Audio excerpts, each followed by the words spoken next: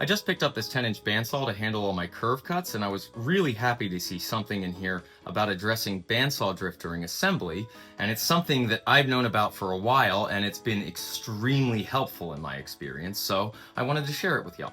So first, if you're unfamiliar with bandsaw drift, it's pretty simple. It's when you're ripping your stock and your stock tends to drift away from the fence.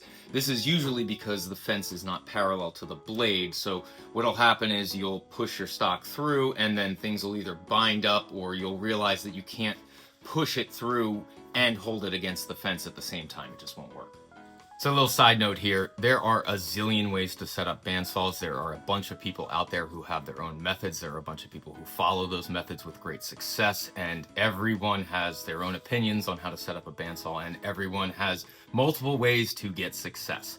I'm not telling you that this is the be-all, end-all way of setting things up. It's just the way that I do it, and I've had success with it. It's also not my idea or an idea I just learned about from the Rikon manual. I initially heard about this from Michael Fortune in a video for Fine Woodworking.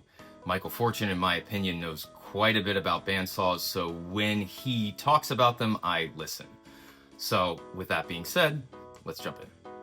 So the primary way that people tend to address bandsaw drift is just by shifting the fence to compensate for that drift so that they end up with nice parallel rip cuts. And that's all well and good, but one thing that Michael Fortune points out, and he's absolutely right, is that when you do that, you are making it so that the miter slot is now useless. You will not get 90-degree cuts. And if you want to use the miter slot on your bandsaw, which is something that I would like to do, you want to look at other ways of setting it up.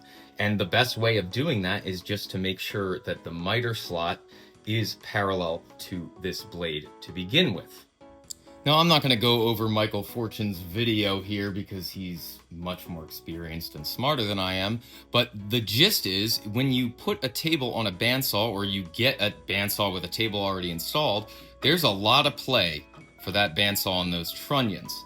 So what you really want to do when you lock that table down is make sure that the cut and the blade is parallel to that miter slot. Now, the Rikon manual says to take a straight edge and place it up against the blade and just check in multiple spots to make sure that it is parallel.